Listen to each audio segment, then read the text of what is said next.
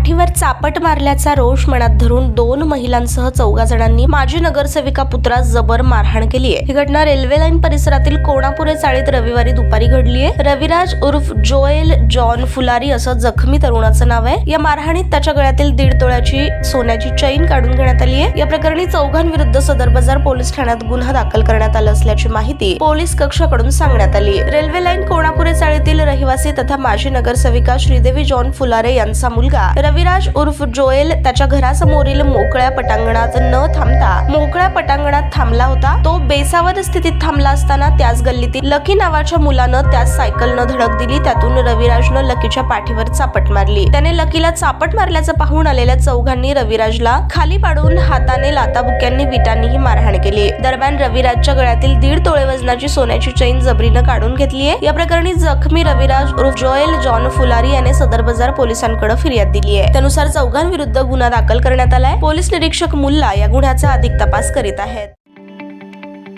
ताज्या बातम्या पाहण्यासाठी प्राईम महाराष्ट्र न्यूज चॅनलला सबस्क्राईब करा।